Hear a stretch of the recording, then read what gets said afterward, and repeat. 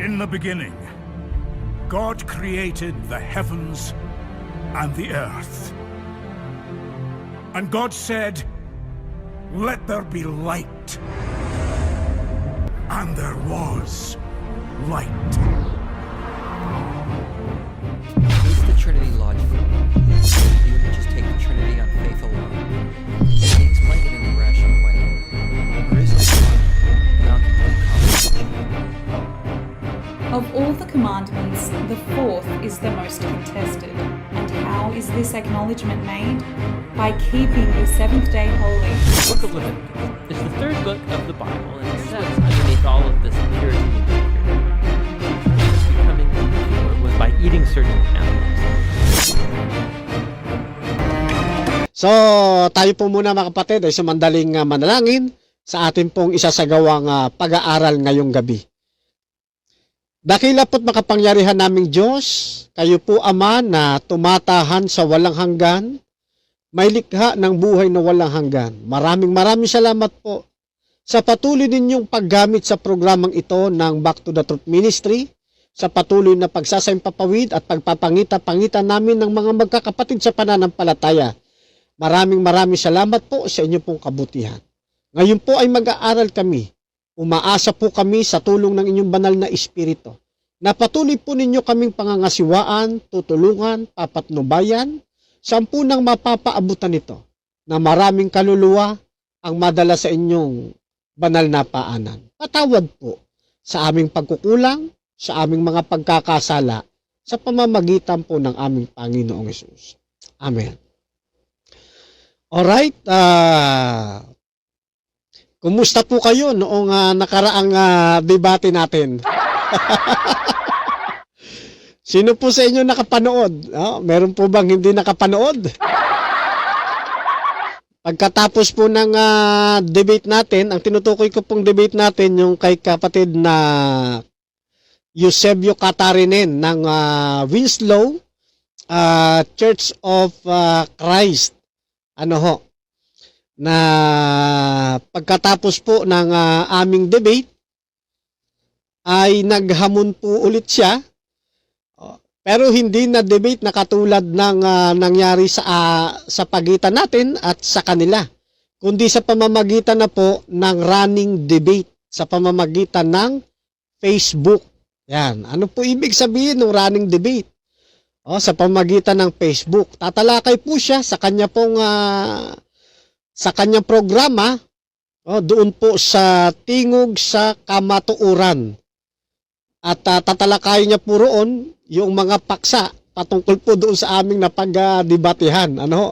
So, dito nakita ko mga kapatid nang humirit siya ng ganito pong pangungusap o ng ganitong challenge, inayunan naman natin, hindi naman natin inatrasan.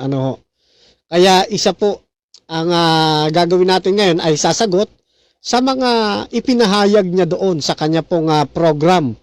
Doon sa Tingog sa Kamatuuran, isa pong live radio po yan ng kapatid nating Eusebio Catarinen. At dito nakita ko samantalang nire-request po niya yung bagay na ito, nabakas ko na hindi niya matanggap yung kanyang pagkatalo doon sa debate. Kaya gusto niyang makabawi sa pamamagitan ng running debate through Facebook. Titignan natin kung uubra yun pong paniniwala at kung mababali ba niyang tuluyan yung atin pong mga naipahayag. At ako'y tuwan-tuwa po doon sa aming naganap na debate, kasi majority ng kanyang sagot next questions. Po? Okay, ang problema ko lang kapag nanonood ako ng kanyang live radio diyan sa na may pamagat na Tingog sa Kamatuuran, hindi ko maintindihan lahat. Kasi Bisaya yata yun o ano ba salita yun? Ilonggo yata? Hindi, Cebuano? Hindi ko maintindihan mga kapatid. At siguro kung mapapanood tayo ng kapatid na Eusebio Katarinen, ipakikiusap natin para naman maganda yung flow of reasoning natin. Pwede po ba na pakitagalog po yung inyong paliwanag diyan po sa inyo pong radio program para naman nasusundan natin, ano ho.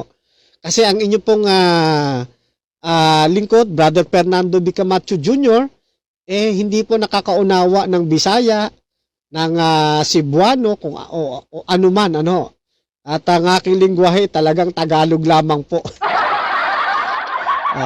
Kaya mamaya mamali pa ako ng interpretation doon po sa binanggit ninyo, mahirap na, ano ho. Oo. Sa ngayon, sasagot muna ako doon lang sa mga narinig kong mga teksto.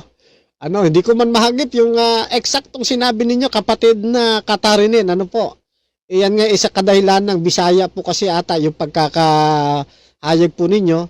So, next time po, makiusap ako, pakitagalog po para masundan natin ng maganda-ganda, ano po. Alright, so hindi niya matanggap, mga kaibigan, mga kapatid, na mayroon ng Kristiyano, natatawa ko, hindi niya matanggap na mayroon ng Kristiyano sa lumang tipan. Ano ho, at ang hinahanap niya sa atin, word for word. Actually, sa pag-aaral ng Biblia, kagaya ng ating sinasabi, ano po, hindi natin tawag dito, hindi natin aral na kailangang word for word yung mababasa nating o sa pag-aaral ng Biblia, sapagkat hindi lahat ng katotohanan mahahagip mo sa pagbabasa ng Biblia, di ho ba, mga kapatid at mga kaibigan? Natutuwa naman ako doon sa nagdaan nating debate kasi sinundan natin yung kanyang word for word. Wala rin naman siyang nabasa ng mga word for word. Ano po? Yan. So ngayon bibigyan ko muna ng daan, mga kapatid, yun pong tungkol dito sa Christian para naman maunawaan ng mga kaibigan natin sa panig ng tawag dito ng Church of Christ, no? Yung Winslow Church of Christ. Unang-una, mga kapatid, napansin ko na tila kulang ata sa kaalaman ng kapatid na Eusebio pagdating sa kahulugan ng salitang Christian. Ano ho? So pansinin po ninyo, babasahin ko pong bahagya yun pong kahulugan ng salitang Christian, mga kapatid. Ano po? Galing po yan sa salitang Grego na Christianos. Ayan.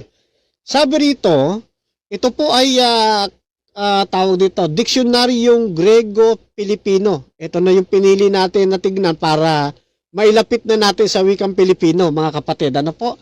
Ni Kate Hainga. Ayan. Ano po sabi ng kapatid na Kate Hainga? Dito sa salitang Kristiyano, sa page 261. Christianus, noun masculine, katawagan ng isang mananampalataya kay at tagasunod ni Jesucristo. Yan. Ang ibig sabihin, simpleng-simpleng kahulugan ng salitang Kristiyano, mananampalataya ni Kristo o di kaya'y tagasunod ni Jesucristo.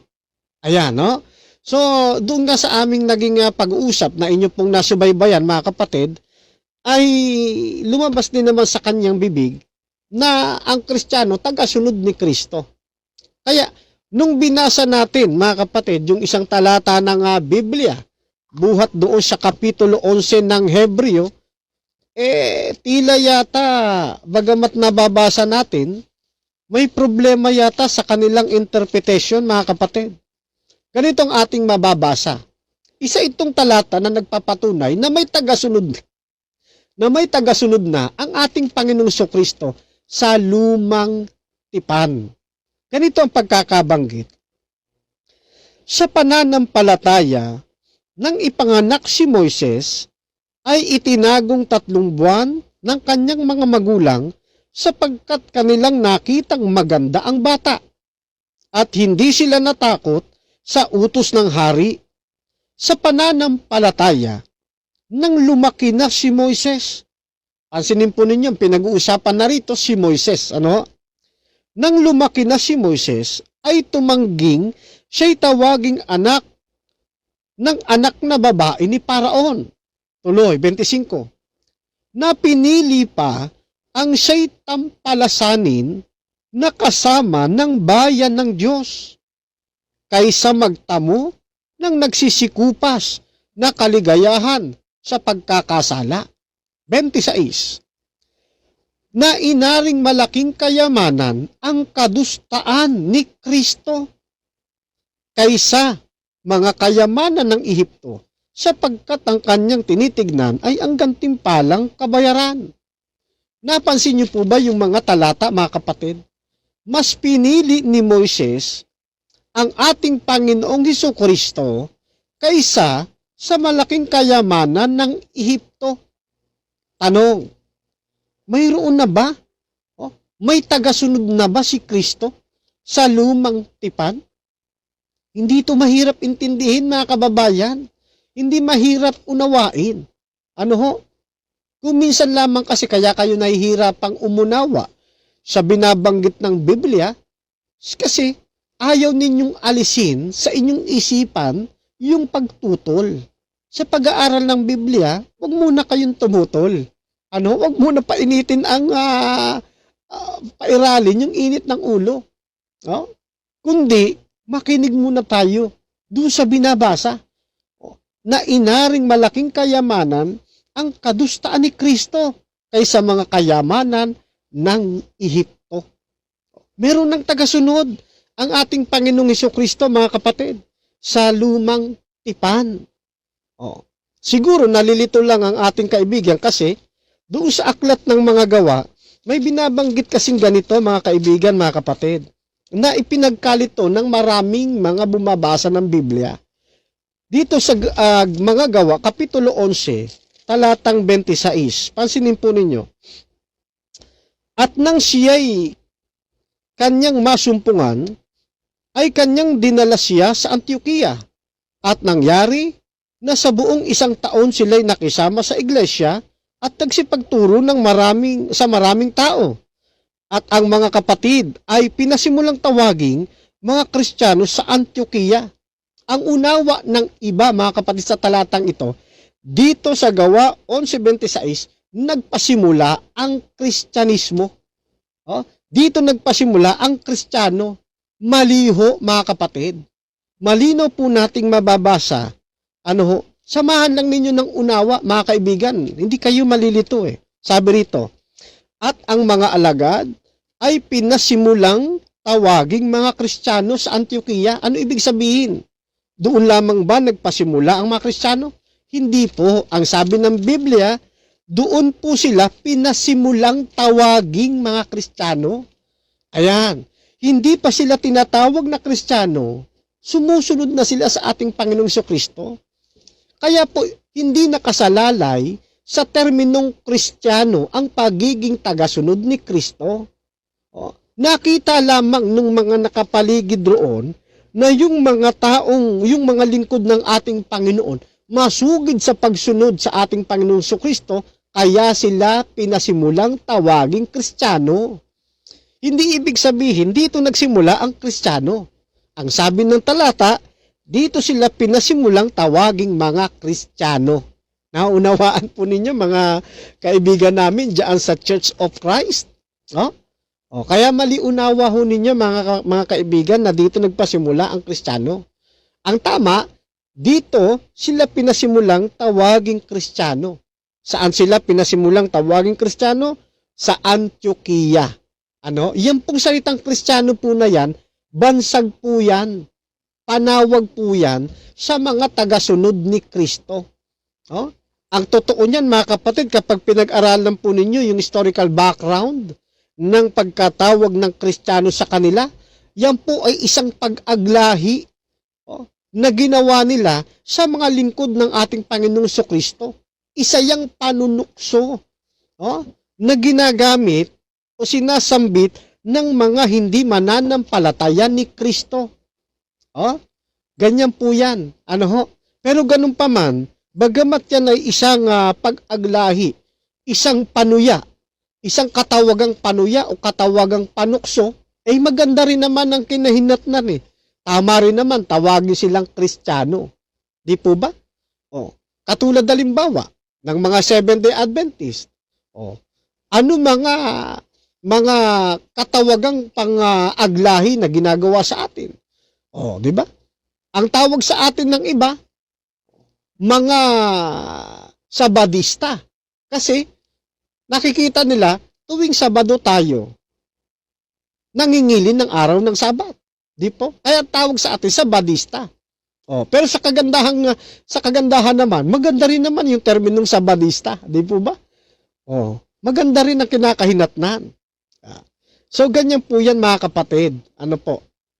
Kaya itong Gawa 11, hindi ito nagsasabi na dito nagpasimula ang Kristiyano. Kundi dito pinasimulan silang tawaging mga Kristiyano. At hindi natin minamasama yun. Naging maganda pa nga ang daloy ng pagkatawag. Di po ba? Oh, kaya 3 talata sa Bagong Tipan, mababasahan ninyo ng salitang Kristiyano. At yan lumaganap sa panahong unang siglo mga kapatid. Hanggang sa isang pagkakataon, nagkadaupang palad si Agripa. Di po ba? At saka si Pablo, na hinihikayat niya si Agripa. Pero ano sabi ni Agripa? Tignan po ninyo sa Kapitulo 26, talatang 28 ng Aklat ng Mga Gawa. At sinabi ni Agripa kay Pablo, sa kakaunting paghikayat ay ibig mo akong maging Kristiyano. Ayan, ano? Yan, 3 ulit lamang po yan. At yung pangatlo, doon nyo na po mababasa sa unang Pedro, Kapitulo 4, talata po 15. Ayan, ano? So dito mga kapatid, ang pagiging Kristiyano, hindi lamang nagpasimula sa Aklat ng Mga Gawa. Yung nga lagi nating binabasa rin, yung mga babae, na tagasunod ni Kristo, di po ba? Na pumunta sa libingan ng araw ng Sabat. Kristiyano rin yun, mga kapatid. Kaya ang pagiging Kristiyan, hindi lamang humahanggan sa bagong tipan. Bakit? Sabi sa atin ng talata, mga kapatid, sa 13:8 ng Aklat ng Mga Taga-Hebreo. Ano po sabi dito? 13:8. Pansinin niyo mga katagang ito. Si Jesucristo ay siya ring kahapon at ngayon, at magpakailanman. Ano daw po sabi ang ating Panginoon Jesucristo, ang wika ng talata, siya raw po yung kahapon. Ibig sabihin, nung nakaraan. Ano po? Siya rin yung ngayon. At magpakailanman. Yung pagiging Panginoon ng ating Panginoon Jesucristo, hindi lamang sa bagong tipan. Hanggang sa lumang tipan, umiiral na siya.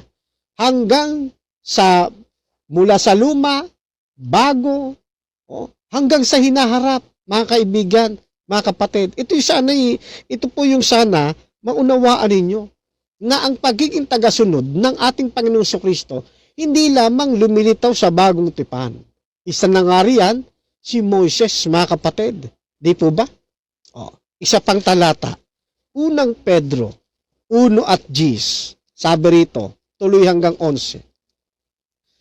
Tungkol sa pagkaligtas na ito, ay nagsikap at nagsiyasat na maigi ang mga propeta na nangag si paghula tungkol sa biyayang darating sa inyo. 11. Na sinisiyasat ang kahulugan kung ano at kailang panahon itinuro ng Espiritu ni Kristo na sumasa kanila ng patutuhanan ng una ang mga pagbabata ni Kristo, ang mga kalwalhatiang kahalilin ng mga ito. Kailan po binabanggit yan? Kailan po ini-address yan? Sa panahon ng lumang tipan. Medyo nalito lang siguro ang kapatid na Eusebio kasi sa bagong tipan, ang ating Panginoon Jesucristo nagkatawang tao. Ayan. Hindi po basihan mga kapatid ang pagkakatawang tao para sabihin doon lamang din magpapasimula ang mga susunod sa kanya. Hindi po. Hindi pa siya nagkakatawang tao, marami nang sumusunod o sumasampalataya sa atin pong Panginoong Jesucristo. Kaya sabi nung John 8, di ba? 1:8, 58, bagoan niya ipanganak si Abraham. Ano na daw? Naruroon na siya. Bago ipanganak si Abraham ay ako nga. Kaya paglipas ni Abraham, pumasok naman ang panahon ni Moises. Pakilala ng Diyos kay Moises. Sabihin mo, ako si ako nga. Na siya rin ginamit na titulo doon sa Juan 8:58. Kaya tama lang sabihin ni Apostol Pablo na ang Panginoong Jesucristo, siya rin ang kahapon, ngayon, at magpakailanman. Di po ba? Kaya maraming nalilito rito mga kapatid. Alam niyo kung bakit sila nalilito? Sabi kasi ng talata dito sa Kapitulo 11, talatang 13 ng aklat ng Mateo. Ito dahilan mga kapatid. Ito yung dahilan kung bakit nahirapan silang umunawa. 13:11. At sumagot siya at sinabi sa kanila, sa inyo'y ipinagkaloob ang makaalam ng mga hiwaga ng kaharian ng langit datapwat hindi ipinagkaloob sa kanila. Kaya mapapansin ninyo mga kapatid, kahit ano paliwanag natin, hindi nila maunawaan. Hindi nila maintindihan. Bakit di nila maintindihan? Kasi hindi po ipinagkaloob sa kanila na makaalam ng hiwaga. Kaya makita nyo sa debate, hirap ang kapatid na Eusebio. Di po ba? Hirap namimilipit pag dumadating na tayo sa cross-examination. Kaya pansin na pansin niyo, sa kanyang paghihirap, puro pass ang kanyang sagot. Kung hindi pass, foul. Di po ba? Bakit? Pinipilit labanan yung katotohanan Bakit mo lalabanan ng katotohanan?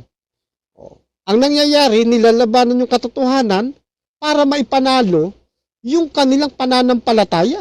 Maling pamamaraan ito mga kapatid. Mali. Kapag nakita nating mali, huwag na nating ipilit. Mali nga Di po ba? Para kang nagsuot niya ng polo shirt, inumpisa mo sa maling pagpasok ng botones. Pagdating niya sa dulo, tabingi talaga yan, mali talaga yan. Kaya dito, wala tayong magagawa. Yan ang sabi ng Biblia, ang Panginoon Jesucristo. Siyang kahapon, ngayon, at magpakailanman. Umiral na sa panahon pa ni Abraham. Alangan naman pag-iral sa panahon ni Abraham, wala siyang tagasunod. Mayroon. Medyo nalito lang siguro sa termino ang kapatid na Eusebio. Yan. Kaya sabi sa isang talata, mga kapatid, doon sa gawa sa Roma, Kapitulo 10, ito, ginamit po niya ito sa kanyang programa. Pero hindi niya naunawaan. Sabi sa Kapitulo 10, talatang 1 muna tayo. Mga kapatid, ang nais ng aking puso at ang aking panalangin sa Diyos ay patungkol sa kanila upang sila'y mga ligtas, sapagkat pinatutuhanan ko na may mga pagmamalasakit sa Diyos, datapwat hindi ayon sa pagkakilala. Kaya mapapansin ninyo mga kapatid, maraming kumikilala sa atin pong Panginoong Jesucristo, pero ang totoo, hindi nila lubos na kilala ang ating Panginoong Jesucristo.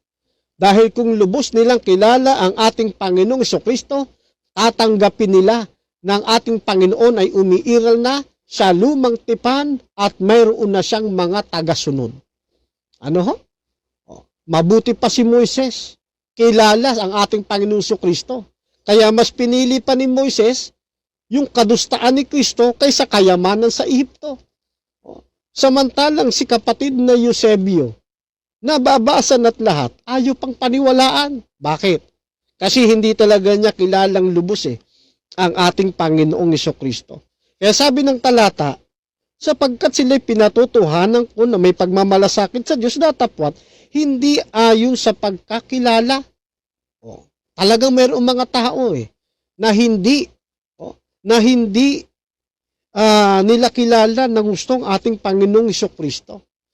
Sa unang Juan, sa Kapitulo 2 mga kapatid, pansinin ninyo, talata ay 4, ganito ang sinasabi sa atin. Ang nagsasabing nakikilala ko siya at hindi tumutupad ng kanyang mga utos ay sinungaling at ang katotohanan wala sa kanya.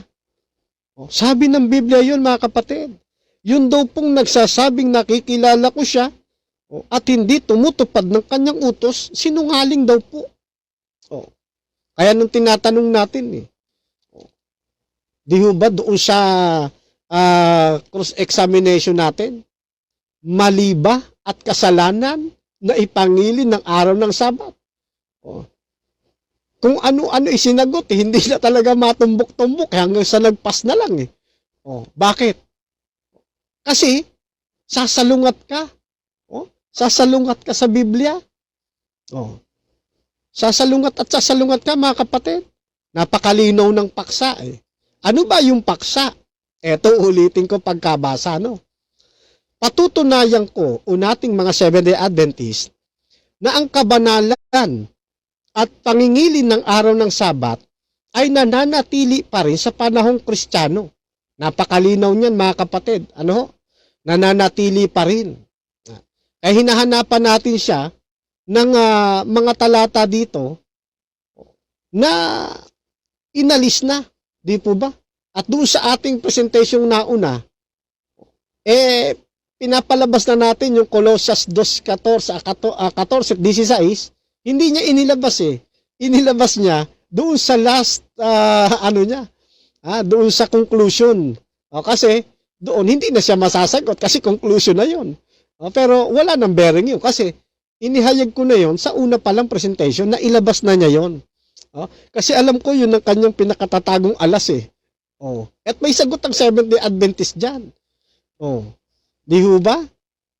Ngayon, eto pa. Ito kasi dual topic ito Ano yung pangalawa? Patutunayan ko na ang kabanalan at pangingilin ng araw ng Sabat ay nananatili pa rin sa panahong Kristiyano at hindi totoo na linggo na ang araw ng pagsamba kay Kristo ng mga Kristiyano na nag-umpisa sa kanyang muling pagkabuhay ayon sa Biblia. Sa paksa niyang ito, mga kapatid, pinatutunayan niya na yung araw ng pagsamba ay nag-umpisa. Yung araw ng pagsamba ng linggo nag-umpisa sa pagkabuhay ni Kristo. Lalabas nga naman sa talatang sa paksang ito, mga kapatid, nung nabuhay ang ating Panginoong Kristo, linggo lang ang araw ng pagsamba. At bago nabuhay ang ating Panginoon, walang pagsamba ng linggo. Di po ba? Napapansin niyo po? Kasi tinututulan ko, hindi totoo na linggo na ang araw ng pagsamba kay Kristo ng mga Kristiyano na nag-umpisa sa kanyang muling pagkabuhay ay sa Biblia. Dalawa ang pinupunto natin dito, mga kapatid. Bago ang ating Panginoong Kristo lalabas, walang sumasamba ng linggo. Di po ba? Nung naipako at nabuhay ng ating Panginoon, lalabas din, walang sumisimba ng ibang araw, kundi linggo lang ang pagsamba ng mga Kristiyano. Ito yung tinututulan natin. Ngayon, tutol ba tayo doon sa pagsamba ng linggo? Hindi tayo tutol doon. Di po ba? Ang tinututulan natin, linggo lang ang pagsamba ng mga Kristiyano. Di po ba? Magkaiba yun Pag sinabing linggo na ang pagsamba, wala nang ibang araw. Di po ba? At is na yun Sunday. Ang ating paniniwala, hindi lang linggo ang araw ng pagsamba. Hindi lang Sabado ang araw ng pagsamba, kundi araw-araw. Ginamit nga natin yung Roma 12:1 bilang pagpapatunay. Ay ayaw pa rin talagang tanggapin, mga kapatid. Kaya tama sabi ng binasa natin hindi ayon sa pagkakilala. At yung ayaw sumunod sa kanyang kalooban, ang sabi doon sa binasa natin, sinungaling. At yung katotohanan, wala sa kanya. Di po ba? Ano patuloy ng talata? Tito 1. Maganda rin itong nasa Tito na ito, mga kapatid. Ano po sabi rito? Teka ha. Kasi gusto kong mabasa natin ito, mga kaibigan, sapagkat mahalaga rin ito. Ayun, Tito 1:16. Sila'y nagpapanggap na nakikilala nila ang Diyos, ngunit ikinakaila sa pamamagitan ng kanilang mga gawa, palibas ay mga malulupit at mga masuwayin at mga itinakwil sa bawat gawang mabuti. O ano po sabi? O, nagpapanggap lang daw sila na kilala nila ang Diyos. Kasi kung kilala talaga nila ang Diyos, mga kapatid, ang pagsamba nila hindi isang araw lang. Di ho ba? Dapat araw-araw, minuminuto, oras-oras. Kasi yun nasabi ng Biblia, babasahin ko ulit. 12:1. Kaya nga mga kapatid, ipinamamanhi ko sa inyo alang-alang sa kahabagan ng Diyos na inyong iharap ang inyong makatawan na isang haing buhay, banal na kaaya-aya sa Diyos na siya ninyong katampatang pagsamba. Linggo lamang ba ito gagawin? Hindi po. Sabado lamang ba ito gagawin? Hindi po. Di po ba? Araw-araw. Kasi kung sasakyan natin siya, lalabas dyan. Pag araw ng Lunes, Martes, hindi mo ihahaing buhay, banal, kaaya-aya sa Diyos ang iyong katawan. Di po ba? Hindi ganun pagkatawag sa atin. Ang pagkatawag sa atin, tungo sa kabanalan, pag-iingat ng kanyang kalooban, pag-iingat ng kanyang kautusan. Gagawin mo lamang ba ito sa panahon ng araw ng linggo? Pagkatapos, pag araw ng Lunes, hindi ka nasasamba sa Diyos. Yan. Pagdating ng ibang araw, hindi ka nasasamba sa Kanya. Ganun ba yun? Ay, hindi ganun yun, mga kapatid. Walang mananampalataya na may matino ang pag-iisip. Isang araw lang siya sasamba sa Diyos. Di po ba?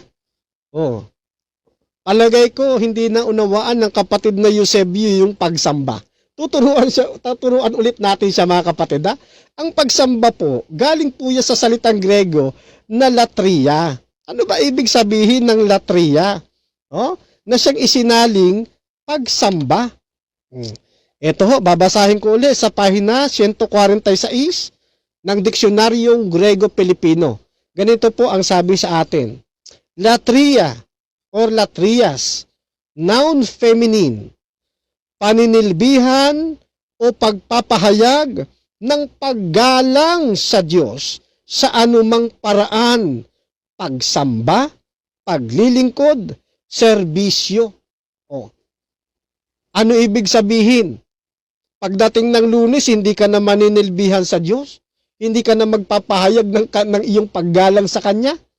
Kasi yung pagsamba pala, yung latria, pagpapahayag ng paggalang sa Diyos. Linggo mo lang ba gagawin ito? Kapatid na Eusebio? Pagkalinggo mo lang ginawa ito, mamamali ka na. Sabi sa Biblia, ano pa? Ano pa daw yung latria? Paglilingkod sa Diyos. Ibig mo sabihin, araw ng Sunday ka lang ngayon maglilingkod sa Diyos? Mali na, mga kaibigan. Ang paglilingkod sa Diyos, hindi tinatakdaan ng araw yan, mga kaibigan, mga kapatid. Kaya sabi ko nga, minuminuto, oras-oras, araw-araw. At saka nalito siguro siya sa salitang pangilin. Sa 7 araw nating walang humpay na pagsamba sa Diyos, kapatid na Eusebio Katarinen, mayroon pong isang araw diyan ng pangingilin. Kaya sa loob ng 7 araw ng sanglinggo ng ating pong pagsamba o paglilingkod sa Diyos, yung isang araw diyan, yan po ay ibinukod ng ating Panginoon. Ang tawag diyan, binanal ng ating Panginoon. Pag sinabing binanal, ibinukod. Binigyan ng isang espesyal na pagtatangi. Ayan. Alin po yan? Yung araw ng Sabat. Yung kahulihang araw ng sanglinggo. Yan. Kaya kasama sa proseso ng pagsamba, yung pangingilin. Kapag mali ang unawa ninyo sa ibig sabihin ng pagsamba, hindi ninyo maiintindihan ng pangingilin. Kasi sakop po ng pangingilin o ng latria, sakop po ng pagsamba o ng latria, yung pong ikay mangingilin sa loob ng isang araw. Yan, kasama yan sa serbisyo natin sa ating Panginoon. Kaya nga doon sa una nating latag, pinatutuhanan natin, wala sa kanila yung tunay na turo ng pagsamba, kundi yun ay nasa aral ng tinatawag na magdadala ng pabalita ng three angels message. Di po ba? Oh, kaya alam nyo, napaganda po ng ating doktrina patungkol sa three angels message, mga kapatid. Oh, doon lang sa verse 7 eh. At sinabi niya ng malakas na tinig, matakot kay sa Diyos. Magbigay kaluwalhatian sa Kanya sapagkat dumating ang panahon ng Kanyang paghatol, magsisamba kayo sa gumawa ng langit at lupa. Oh, kita po ninyo, nasa atin, talagang Seventh-day Adventist, yung tunay na katuruan kung papaano sasambahin ang Diyos. O ngayon, na ilalaborate natin, na hindi natin na elaborate doon sa debate, kasi ang debate, mayroon siyang oras. Hindi mo kayang maihanay lahat. Ano? Yan. Kaya pag sinabing pagsamba, sa Greek, latria. Oh, ang ibig sabihin yan, ayon na rin doon sa ating nabasa, paglilingkod sa Diyos, pagbibigay galang sa Diyos, no, pagbibigay serbisyo sa Diyos, at sa loob ng 7 araw sa loob ng 1 linggong paglilingkod natin sa Diyos, pagbibigay galang natin sa Diyos, yung isa riyan, itinangi niya. Yan po yung araw ng Sabat na dapat nating ingatang banal. Walang mababasa sa Biblia na yung kabanalan, pangingilin ng araw ng Sabat, hindi nananatili sa panahong Kristiyano, mga kaibigan, mga kapatid. Oh. Kaya nga, kinuha ulit natin yung Marcos 2:27 na ang sabi na yung Sabat ginawa ng ating Panginoong Diyos. Oh. At nakita natin doon sa awit, no? 111, talatang 7, na yung gawa ng ating Panginoon magpakailanman. Ano? Nang sabi rito, 111 talatang 7, ang mga gawa ng kanyang mga kamay katotohanan at kahatulan, lahat niyang tuntunin ay tunay. Kinross-examine natin siya rito. Kasi tinutulan niya na ito'y hindi titigil eh. Nung kinross-examine natin, ano po napansin ninyong sagot niya? Alin daw ba anyang tinutukoy diyan na gawa ng Diyos? Kasi yung langit at lupa, gawa din daw ng Diyos, yun may hangganan. Napansin natin, hindi pala niya galugad yung Kapitulo 11 ng awit. Kasi kung alam niya ito, hindi niya sasabihin, hindi niya ipapasok yung langit at lupa. Di po ba? Bakit? Ano bang meron doon sa 111, talatang 7 ng Aklat ng Mga Awit? Pag itinuloy lamang po ninyo yan, ang magawa ng kanya mga kamay katotohanan at kahatulan, lahat niyang tuntunin ay tunay, na nga tatatag magpakailanman, mangyayari sa katwiran, sa katotohanan at katwiran. Alin yon? Tuloy mo lang basa, mga kapatid. Ayan Siya'y nagsugo ng kanyang katubusan sa kanyang bayan, kanyang iniutos ang kanyang tipan, magpakailanman. Banal kagalang-galang ang kanyang pangalan. Ang pagkatakot sa Panginooy pasimulan ng karunungan. May mabuting pagkaunawa ang lahat ng nagsisisunod sa kanyang mga utos. At ang kanyang kapurihan mananatili magpakailanman. Alin po pinag-uusapan dito? Yung bang bagong langit, bagong lupa? Hindi. Yung kautusan. Di po ba? Kaya nagkamali siya rito eh. Hindi lang niya masagot-sagot eh. Kaya nung ginigisa natin siya, linawin daw natin kung alin yung kautusang, kung alin yung binabanggit diyan na magpakailanman, nagawa ng kamay ng Diyos. Kasi langit at lupa daw gawa rin ng Diyos. Hindi ko na siya sinundan doon kasi hahatakin ko sana sa presentation, kaya na nakalimutan ko na yung bahaging ito eh. Kasi laglag siya rito eh. Kung alam niya yung talatang ito, hindi niya ipapasok yung langit at lupa at hindi niya itatanong kung ano yung tinutukoy dito na gawa ng kanyang mga kamay. Di po ba? Maliwanag yung gawa ng kanyang mga kamay dito, tumutukoy sa kanyang mga utos. Kasama Sabat doon, mga kapatid. Ano sabi? yan ay magpakailanman. Oh. Kaya meron tayong nabasa sa Biblia na yun pong kabanalan at pangingilin ng araw ng Sabat na nanatili hanggang sa panahong Kristiyano. Isabi rito, yung gawa ng kamay ng Diyos magpakailanman eh. Ganyan ang pag-aaral ng Biblia, kapatid na Eusebio. Ano ho? Yan. Kaya, sana dito sa ating, sa iyong pinlano na running debate through Facebook, matuto ka ng mga aral sa Biblia. Oh? At ako'y umaasa doon sa kasabihan na silang nangamamali sa diwa na nakatala sa Biblia, darating din sa pagkaunawa. Huwag mo lang isarado ng gusto ang iyong kaisipan kasi kawawa ang iyong membro. Matuturuan mo sila ng maling katwiran. Ano ho? Tuloy natin yung Roma 10, mga kapatid. Sabi pa rito, sapagkat sa hindi nila pagkaalam ng katwiran ng Diyos, sa pagsusumakip na maitayo ang sariling kanila ay hindi sila napakasakop sa katwiran ng Diyos. Sa talatang 4, pinuntusan niya ito doon sa kanyang Facebook Live, doon sa kanyang radio ministry. Ano ho? Yung talatang 4, sapagkat si Kristo ang kinauuwian ng kautusan sa ikatutuwid ng bawat sumasampalataya.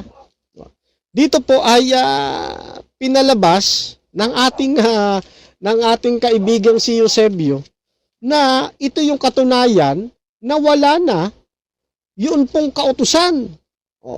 Habang pinakikinggan ko, sabi ko, yung ating maliliit na kapatid sa pananampalataya, na hindi naman mga debaters, mga normal na nagbabasa lang ng Biblia, may sagot na tungkol dito Napaka-basic naman ng talatang ito para hindi mo pa di ba? Para hindi maunawaan. Ano? Ngayon, tuturuan ulit natin dito si kaibigang Eusebio, mga kapatid. Ano? Tuturuan ulit natin para matuto. Ano? Baka sakali.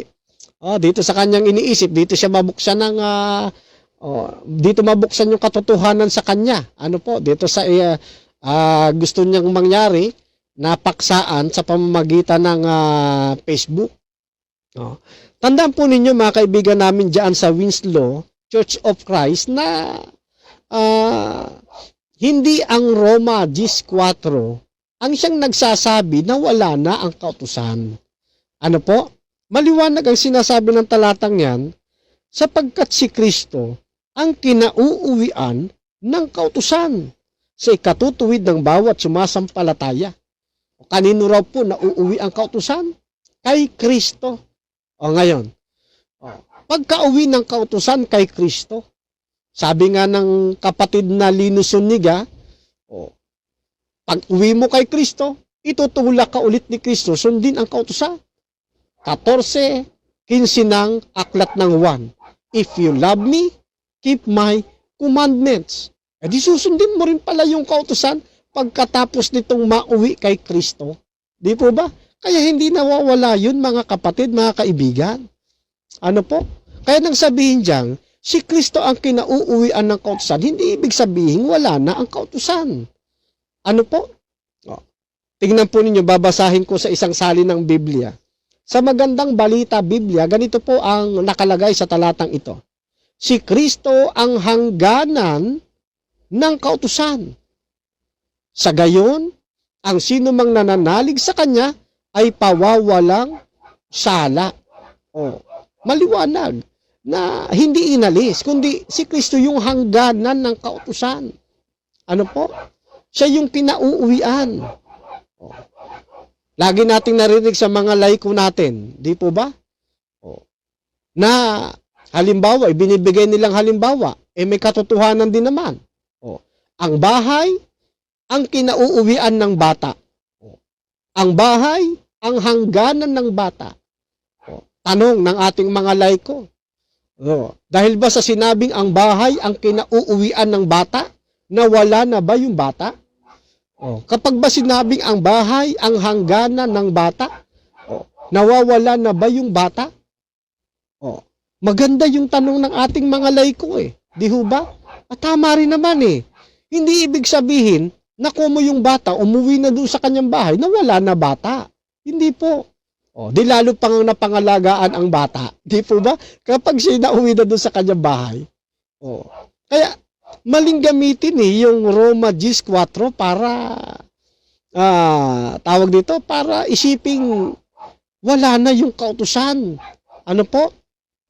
O, eto pa isa mga kapatid. O, ito'y mula kay Dr. Durante. Ano ho? Ginamit ng kapatid na Durante para ipaliwanag yung pang lawak pa ng ibig sabihin ng kinauuwian. Ginamit yung unang Timoteo 1:3. Basahin natin.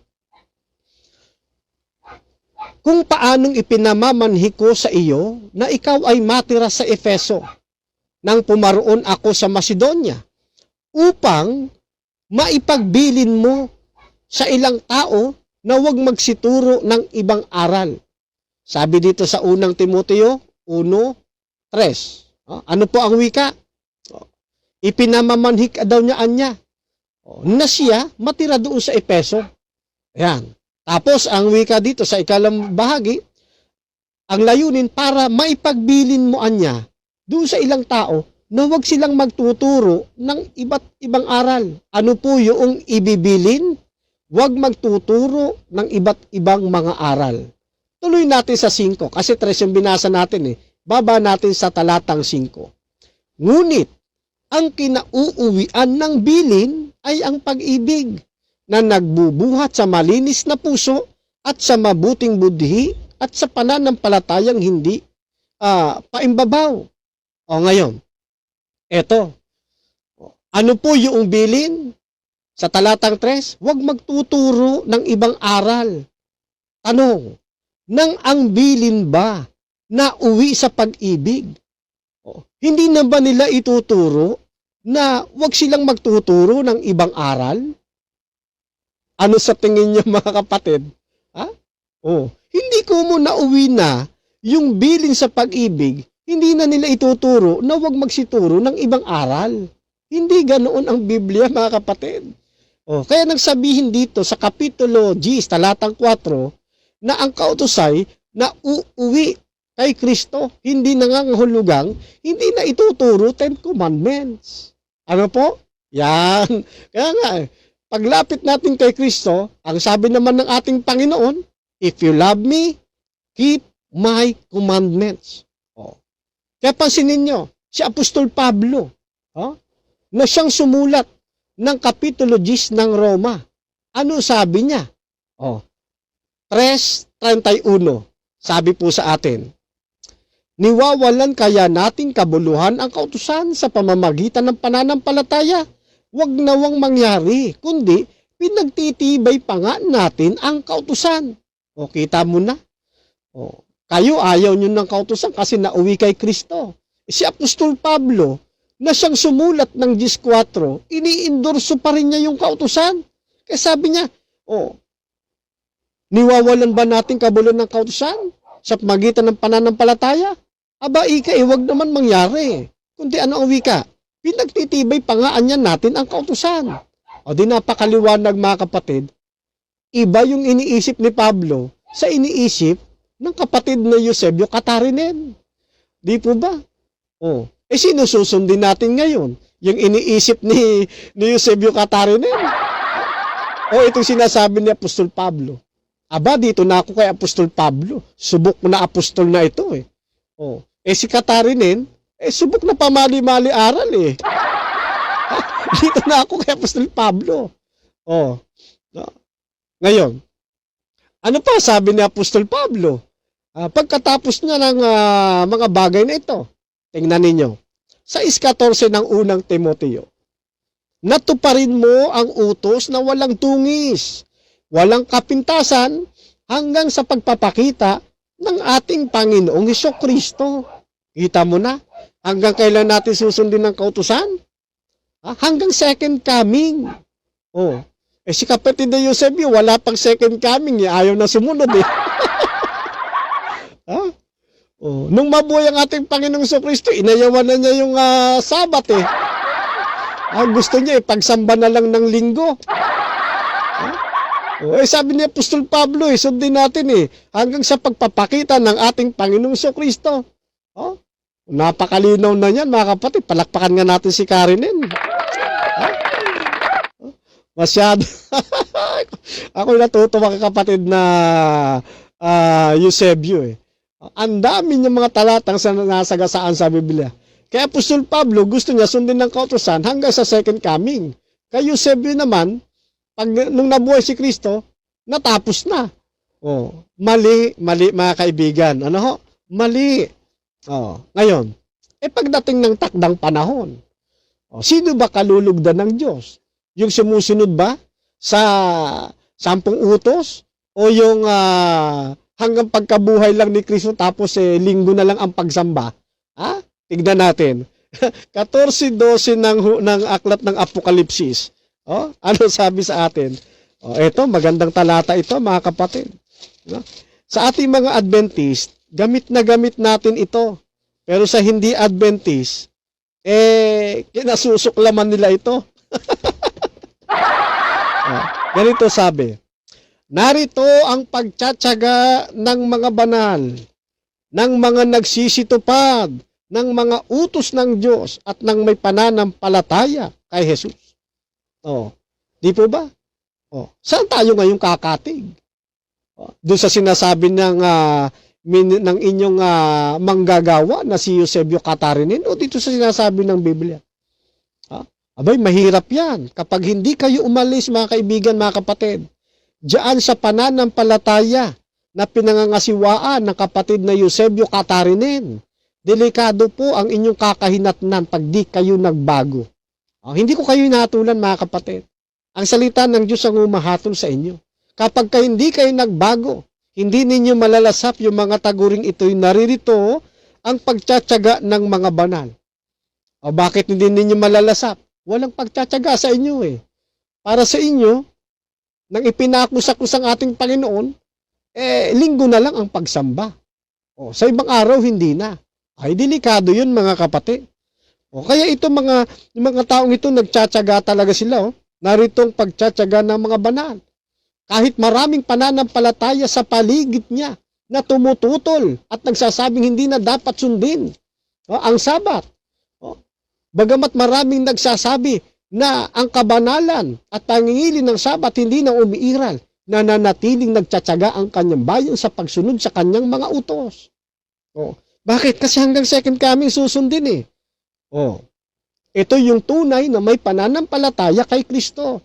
Pero yung mga nagpapanggap lamang, ginagamit lang pangalan ng ating Panginoong Kristo, pero ayaw ng kanyang kautusan. Di po ba? Yan sabi ng Biblia. Yung mga nagsasabing kilala nila ang Diyos, pero ayaw ng kautusan, sinungalingan niya. Ayon sa binasa natin. Di po ba? Ayan. Kaya, maling gamitin kapatid na Eusebio, yung G4 ng mga taga-Roma, wag mo nang uulitin yan kasi mapapalo ka ng tatay. Mapapalo ka ng ating Panginoon kapag ka nag-ulit-ulit ka ng pagtuturo ng mali. Kaya, sa bagay, pasalamat ka na rin kapatid na Eusebio sapagkat ang nakatunggali mo, may programang Back to the Truth Ministry. Ayan, na nagbabaka sakaling maibalik ka sa katotohanan mga kapatid. At pag kapatid na Eusebio, bawas-bawas ng pagkain ng baboy kasi masyado kang na high blood samantalang kami ligayang-ligaya sa pangangaral ng Diyos napapansin ko doon sa debate parang medyo kinakabahan kala ko atakihin ka iwas sa pagkain ng mga ng baboy kapatid na rin para yung alta presyon hindi masyadong tumaasa. At sundin ang payo ng atin pong Panginoong Diyos kapatid na Catarinen. Okay. Ngayon, ano pa sabi niya doon sa kanyang Facebook program? Ginamit ng kapatid na Catarinen na katunayan daw na hindi na dapat sumunsundin ng mga Pilipinong Adventista. Yung pong katulad niya ang Sabat na yan na amin pong pinagdebatihan, ginamit po niya yung awit 139. Oh, pansinin ninyo at babasahin ko rin. No? Binasa niya ito. Awit 139, talatang 20. Yan. Ganito po ang ating mababasa. Sapagkat sila'y nangagsalita, hindi yata ito yung binasa niya. Hindi ito. Sandali kasi gusto ko mabasa yun, maganda yung kanyang ginamit Ayun, 147 pala. 147. Talatang 19. Ayan, ganito ang sabi. Kanyang ipinabatid ang kanyang salita sa Hakob, kanyang mga palatuntunan at mga kahatulan sa Israel. 20. Siya'y hindi gumawa ng gayon sa alinmang bansa, at tungkol sa kanyang mga kahatulan, hindi nila nalaman, purihin ninyo ang Panginoon. Pinalabas ng kapatid na Eusebio sa kanyang radio program doon sa Tingog sa Kamatuuran. Doon sa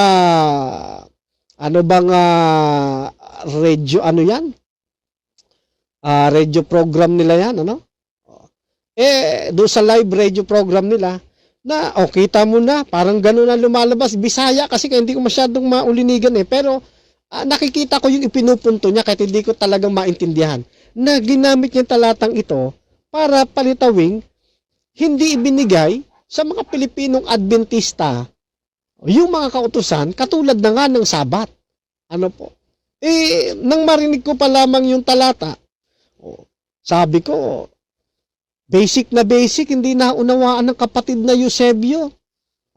Hindi mo na kinakailangan graduate pa ng high school para maunawaan mo yung 148, 47, talatang 19 hanggat 20.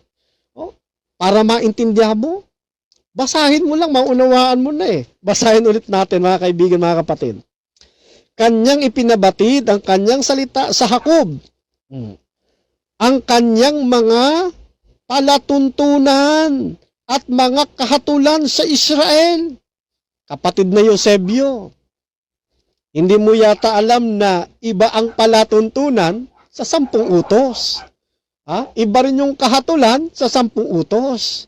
Dito ang binabanggit dito na hindi ibinigay ng Panginoon sa ibang bansa. Yun pong palatuntunan at yun pong kahatulan. Yan.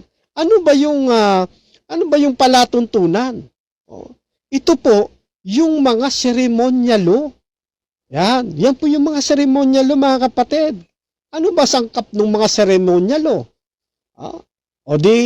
Yung pong mga paghahandugan, pagtutuli, yan po yung mga seremonyalo, tawag dyan kautusan ni Moises.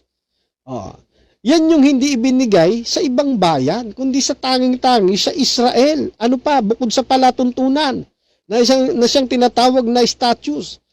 Ano pa, yung kahatulan. Ano ba yung kahatulan? Ito po yung mga judgment na ginagawa nila. Civil law, sa mas madaling termino. Kaya dito po, sa 147, talatang 19 hanggang 20, hindi pinag-uusapan dito 10 utos. Ano po? Kaya wrong number ka, kapatid. Wrong number. Iba yung tinawagan mong numero. Bakit wrong number? Ginamit mo yung 147, talatang 19 hanggang 20, para patunugin 10 utos. Di po ba? Hindi mo makukulayan ng talatang ito yung mali mong paniniwala. Itutuwid ka ng talatang ito, mga kapatid. Kaya pasalamat ka. Dito ka napunta sa Back to the Truth Ministry. Yan, maibabalik ka sa katotohanan, kapatid. Kapatid na Eusebio, wag mo nang gagamitin yung 147, talatang 19 hanggang 20, para sa pagtuturo na wala na 10 utos. Mamamali ka, Mamamali ka. Maliwanag diyan. Palatuntunan at kahatulan po ang siyang pinag-uusapan. Seremonyalo po yan, no? At yung mga sibilo o yung mga judgment o yung mga kahatulan. Ano? Yan. Tandaan mo, kapatid, no? Na ang Diyos, iba yung paglalapat ng ating Panginoong Diyos sa palatuntunan at sa katulan kaysa sa paglalapat niya sa 10 utos. Yung 10 utos, isinulat mismo ng kanyang mga daliri. Itong palatuntunan, hindi, ipinasulat niya lang ito kay Moises. Pero yung pong 10 Commandments, mismong daliri ng Diyos ang sumulat. Kaya kung tagurian yun, gawa ng kamay ng Diyos. Doon sa binasa natin na yung gawa ng Diyos, mabutit, basahin nga natin, baka hindi na naman maniwala, kapatid na Eusebio, na yan gawa ng Diyos sa pamamagitan ng pagkakasulat ng kanyang mga kamay. Exodo 31:18. Anong sabi sa atin? At kanyang ibinigay kay Moises pagkatapos na makipagsalitaan sa kanya sa ibabaw ng bundok ng Sinai ang 2 tapyas ng patutuo na mga tapyas na bato na sinulatan ng daliri ng Diyos. Yan, sinulatan ng daliri ng Diyos. Kaya yan, igawa ng kanyang mga kamayan, mga kapatid.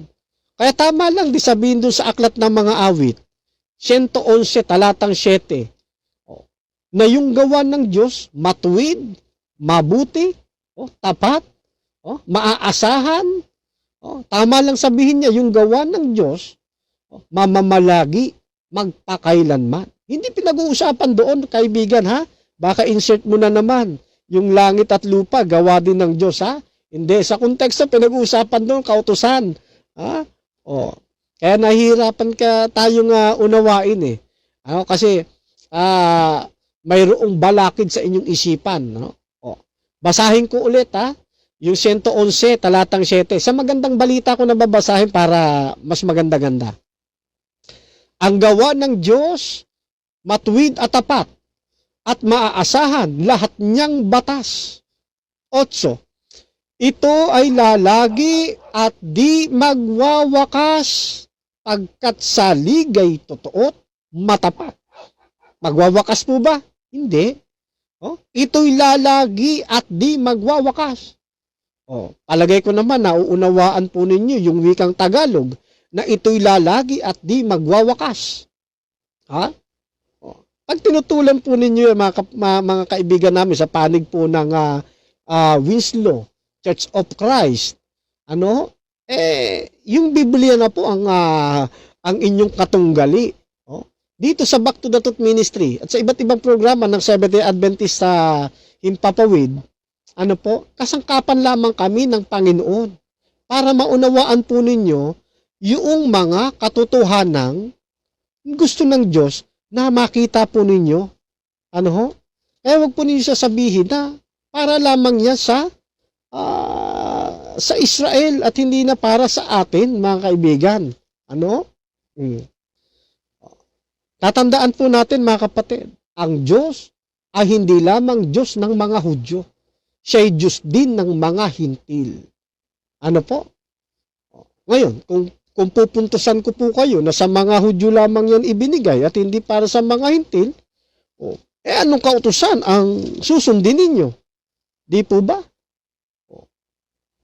Magbigay ka ng kautusan, kapatid na Eusebio, na sinusunod ninyo. Palagay ko yung utos na huwag kang papatay, sinusunod din po ninyo. Kung pupuntusan ko kayo, bakit mo sinusunod? Di ba't sa Hudyo lang din yan? Di po ba? Kaya lang, ang standard na paniniwala namin dyan, mga kapatid, yung utos na yan, hindi lamang para sa iisang nasyon, kundi yan ay pang buong sanlibutan. Kaya nga ang magdadala ng pabalitang walang hanggan yun pong kinatawanan ng 3 angels message. Kaya sakop kayo na mga taga-Winslow Church of Christ sa amin pong ipinangangaral na ito. Gusto namin maipaabot sa inyo yung katotohanan ng aming natagpuan sa Biblia sa pamamagitan ng biyaya ng ating Panginoong Kristo. Ano? Kaya dito maliwanag mga kaibigan, mga kapatid, ano po, na sa pagsisikap niyang maigupo yung ating itinindig doon sa paksa sa pamamagitan ng paghahayag sa kanyang live radio program sa Tingog sa Kamatuoran, ay muli na naman siyang nabigo, mga kapatid. Ano po? At tayo po ay umaasa na darating ang panahon na makapiling natin sila sa pananampalatayang ito kung hindi sila lalaban sa katotohanan. Ano? Kung hindi sila lalaban sa katotohanan. O ngayon, bago ako tuluyang magtapos, magbibigay muna ako ng assignment, kapatid na Eusebio, ha? Ang assignment ko po sa inyo, dito sa Kapitulo 11 ng Roma, talatang 17. Ang sabi rito, datapwat kung ang ilang mga sangay na ngabali at ikaw na isang ulibong ligaw ay isinanib ka sa kanila at ikaw naging kabahagi nila sa ugat ng katabaan ng ulibo. Ano po assignment ninyo rito? Ang assignment ko po na ibibigay sa inyo, tinatanggap nyo ba na kayo ay kasama sa tinatawag na ulibong ligaw na isinanib sa kanila? Aabangan ko po yung inyong sagot dyan sa inyong pong programa. Ano po? Kayo po ba yung, o kabilang ba kayo sa tinatawag na ulibong ligaw na isinanib sa kanila? Base sa Roma 11, talatang 17. Sana po wag ninyong kalimutan, ha, kapatid na Eusebio. Yan po yung una ninyong assignment. Pangalawang assignment po, huhugutin ko naman sa chapter 9 ng Aklat ng Roma, talatang 4 hanggang 5. Sabi rito, napawang mga Israelita, nasa kanila ang pagkukupkup at ang kalulhatian at ang mga tipan, ang pagbibigay ng kautusan at ang paglilingkod sa Diyos, at ang kapangakuan. Sa kanilang mga magulang at sa kanila mula ang Kristo ayon sa laman na siyang lalo sa lahat, Diyos na maluwalhati magpakailanman, siya nawa. Pangalawang assignment po, kapatid na Eusebio. Ano ho? Ito pong Roma, chapter 9, verse 4 to verse 5. Yan. Ano po assignment nyo rito? Ang assignment ko po rito, sapagkat sinasabi nyo na ang kautusan ay ibinigay lamang sa mga hintil. Tanong, kayo po ba sinasakop ng pagkukupkup ng Diyos? Yan, ano? Sakop ba kayo ngayon sa talatang ito? Sakop ba kayo ng pagkukupkup ng Diyos? Yan. Sakop din ba kayo ng paglalapat ng kaluwalhatian? Yan lamang po, dalawa lang po yan. Ano po, pagkukupkup at paglalapat ng kaluwalhatian kung kayo po'y nasasakop niyan. Ayan. So, ibig sabihin, dalawa po ang inyong assignment, Roma 11, talatang 17, at saka Roma 9, 4 hanggang 5. Yan. Nawa po sa ating pagtatagpo ulit sa Impapawid, masagot na po ninyo yan. Ano ho? Pero bukas ng gabi, ako po ay tatalakay muli sa himpilang ito kasi marami pang mga talatang ginamit ang kapatid na Eusebio na sa nating bibigyan uli ng daan. Ano? So pansamantala, ay dito ko muna tinatapos yung atin pong pagtugon doon po sa iyayang hamon ng ating pong kaibigang Eusebio Catarinin na kami ay mag-uusap through Facebook. Tatalakay sa kanyang program. At tatalakay din tayo sa ating program, sasagutin natin siya, sasagot din siya sa atin. Ayan. So, sana yung ganitong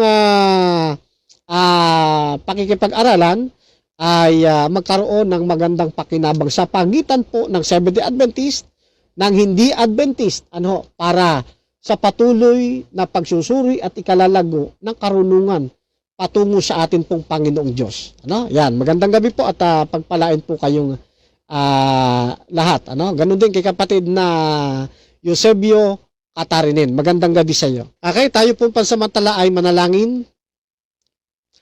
Dakila po at makapangyarihan namin Diyos, muli po kaming nagpupuri sa inyo pong dakilang pangalan. Sa amin pong pansamantalang pagninilay-nilay ng inyong banal na kasulatan, ang katotohanan po nawa ang patuloy na maitaas. Patuloy po kayong maluwalhati sa gitna ng mga nagsusuri. Dalangin din po namin amang banal, ang amin pong mga kapatiran ngayon, mga binabible study na nasa banig ng karamdaman. Hipuin po ninyo sila ng inyo pong kamay na mapagpagaling. Ibangon sila sa kanilang mga higaan upang patuloy nilang maranasan ang ganda ng buhay. Patuloy nilang malasap ang kasarapan ng paglilingkod sa inyo. Umaasa din po kami amang banal na ang inyong banal na kalooban ay patuloy na mangyayari sa bawat isa sa amin. Hinihiling din po namin na ang amin pong mga binabible study, inaaralan, mga napapaabutan ng pabalitang ito na hindi pa namin kapananampalataya, 10 ng aming kapamilya na wala pa sa pananampalatayang ito, na patuloy nilang maramdaman ang inyo pong pagtawag sa kanila. At maramdaman din nila ang pangangailangan nila sa inyo. Patuloy namin silang dinadalangin na pagkalooban niyo po sila ng kaaliwasan ng isip, matanggap ang katotohanan sa pamamagitan ng iba't ibang mga programa ng inyo pong bayan na mapapanood sa iba't ibang mga platform ng Facebook, ng YouTube. Umaasa kami na maraming kaluluwa ang madadala sa inyong paanan at magmamana ng buhay na walang hanggan. Nilalapit din po namin ang aming po mga kaibigan, mga kapatiran na nasa kasigasigan ng pagsubok ngayon. Nasa kasagsagan ng pagdalamhati, ng kalungkutan, ng mga suliranin, mga nasa panlulumo, nasa panlalamig. Patuloy niyo po silang aalalayan amang banal. At patuloy na pasisiklabi ng espiritu ng kasigasigan sa kanilang mga puso. At patuloy silang magiging matapat hanggang sa kayo ay dumating hanggang sa dumating ang inyong anak sa ikalawang pagbabalik. Umaasa din po kami, Ama, sa aming pong pansamantalang pag-iwahiwalay ngayon. Patuloy naming babaunin ang inyong pong pag-ibig, ang inyong bendisyon at pagpapatawad sa pamamagitan po ng aming Panginoong Jesucristo. Amen. I was found as a beggar